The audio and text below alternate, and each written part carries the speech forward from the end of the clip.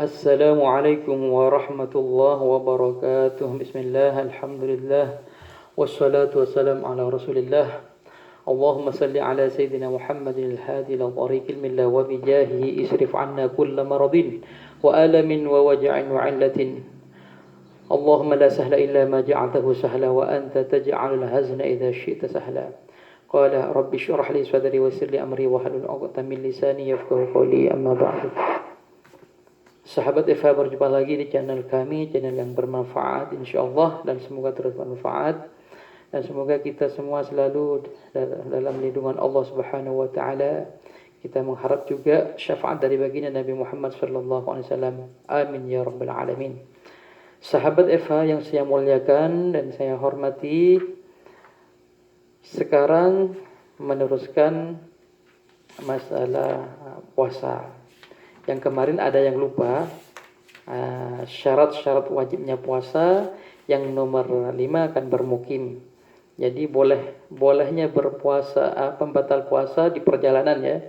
Syaratnya yang 5 ada salah satu syarat yang belum saya sampaikan, yaitu rukhsah. Langsung saja ya biar nyambung. Kita dalam perjalanan dari Jakarta ke Cirebon ya, umpama dari Jakarta ke Cirebon, dalam perjalanan sudah memenuhi syarat, kita boleh tidak berpuasa tapi dengan niatan menggunakan rukhsah dari Allah Subhanahu wa taala kepada kita. Rukhsah dari syariat bahwasanya diperbolehkan, harus ada niatan seperti itu. Umpama kita asal makan saja asal batal, karena di perjalanan sudah batal boleh, tapi tidak tahu landasannya, tidak ada niatan dalam hatinya. Ini rukhsah dari Allah, ada keringanan dari syariat baginda Nabi bahwasanya boleh, harus ada niatan seperti itu. Umpama kita tak ada niatan sama sekali, maka itu hukumnya haram. Hati-hati. Itu saja yang belum saya sampaikan. Karena kemarin saya lihat video saya, ternyata itu syarat itu, rukhsah itu yang tidak disampaikan. Saya minta maaf ya atas keteledoran, karena ini tanpa di-editing ya langsung, maka memang ada kadang-kadang kelewat. Sahabat Eva, kita melanjutkan pada sebab sekarang. Sebab diwajibkannya bagi seseorang untuk membayar fidyah apabila tidak berpuasa. Membayar fidyah bagi yang tidak berpuasa sebanyak 750 gram beras. Dengan apa? Karena dikarenakan ada tiga sebab. Yang pertama, fawatu nafsi shaumi. Yang kedua, fawatu waqtil fadilah. Yang ketiga, ta'khirul qada. Ini agak jelumet, tapi namanya kita belajar, hati-hati. Umpama tidak paham, di-share lagi, dikedepankan lagi. Harus hati-hati memang. Fawatu nafsi shaumi yang pertama, karena tidak berpuasa dan tidak ada kemungkinan untuk mengqadha puasanya. Langsung contoh saja ya, biar ini yang dimaksud fawati nafsi shaumi. Ada orang tua sakit, kemudian sembuh. Di waktu sembuhnya tidak mengqadha, padahal ada kemampuan untuk mengqadha. Lalu dia meninggal dunia. Apa kewajiban kita? Kewajibannya bagi ahli warisnya untuk membayar fidyah. Nah, itu. Kalau nanti kurang paham diulang lagi.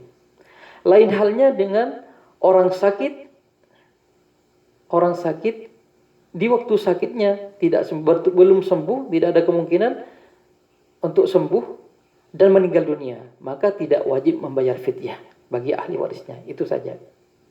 Itu yang pertama. Itu fawatu nafsi shaumi.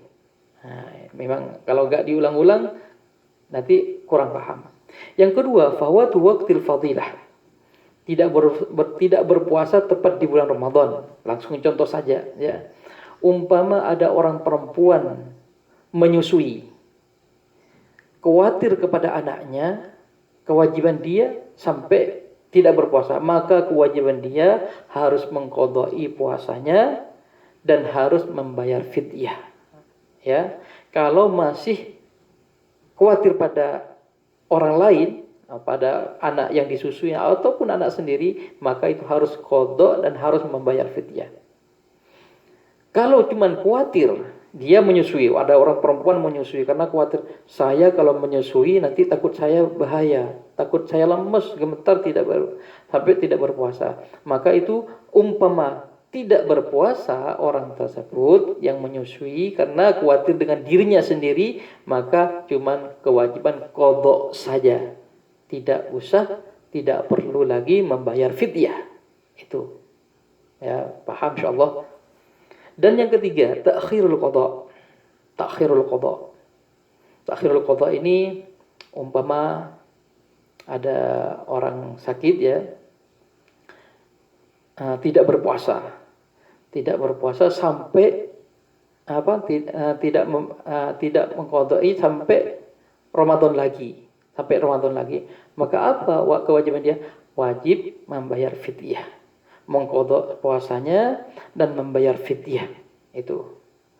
Umpama contoh tahun sekarang 2021 sampai 22, sampai 23 maka harus membayar 3 kali berturut-turut. Itu menurut beberapa pendapat yang berkatakan harus takarruru fidyatut ta'khir bitakarruril a'wam, yaitu keterlambatan tersebut akan berulang-ulang jika ditunda sampai tahun pertama, kedua, ketiga sampai seterusnya. Itu menurut siapa? Menurut Al-Imam Nawawi radhiyallahu ta'ala an Al-Imam Rafi'i dan Imam Ibnu Hajar, Imam Ramli dan Imam Khatib radhiyallahu ta'ala anhum. Itu harus membayar tiap tahunnya.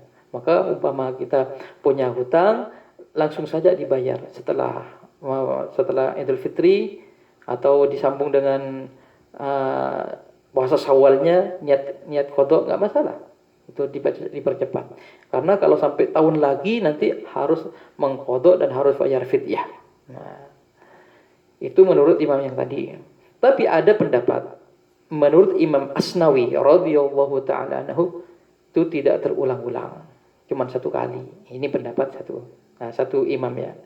Satu imam. Nah, tapi para sahabat, kita kalau punya hutang, apalagi hutang apapun saja, terutama hutang puasa, hutang semuanya, hutang sholat, diqadha. Kalau sholat, kalau punya hutang sholat yang mu'tamad, memang tidak boleh digantikan sama ahli waris. Tapi kalau puasa, ahli warisnya berkewajiban untuk menggantinya dan juga membayar fidyah dengan syarat-syarat yang saya jelaskan tadi itu. Ya. Sahabat Eva yang saya muliakan, karena sudah biar tidak banyak, besok berlanjut kepada seseorang meninggal dunia yang masih memiliki tanggungan kewajiban mengqadha puasa. Ya, biar tidak jenuh dan yang penting kita beristiqomah pada hari ke-19 besok. Sekarang 18. Mudah-mudahan bermanfaat. Apabila ada kesalahan dari saya minta maaf sebesar-besarnya. Akhirul kalam, wassalamualaikum warahmatullahi wabarakatuh.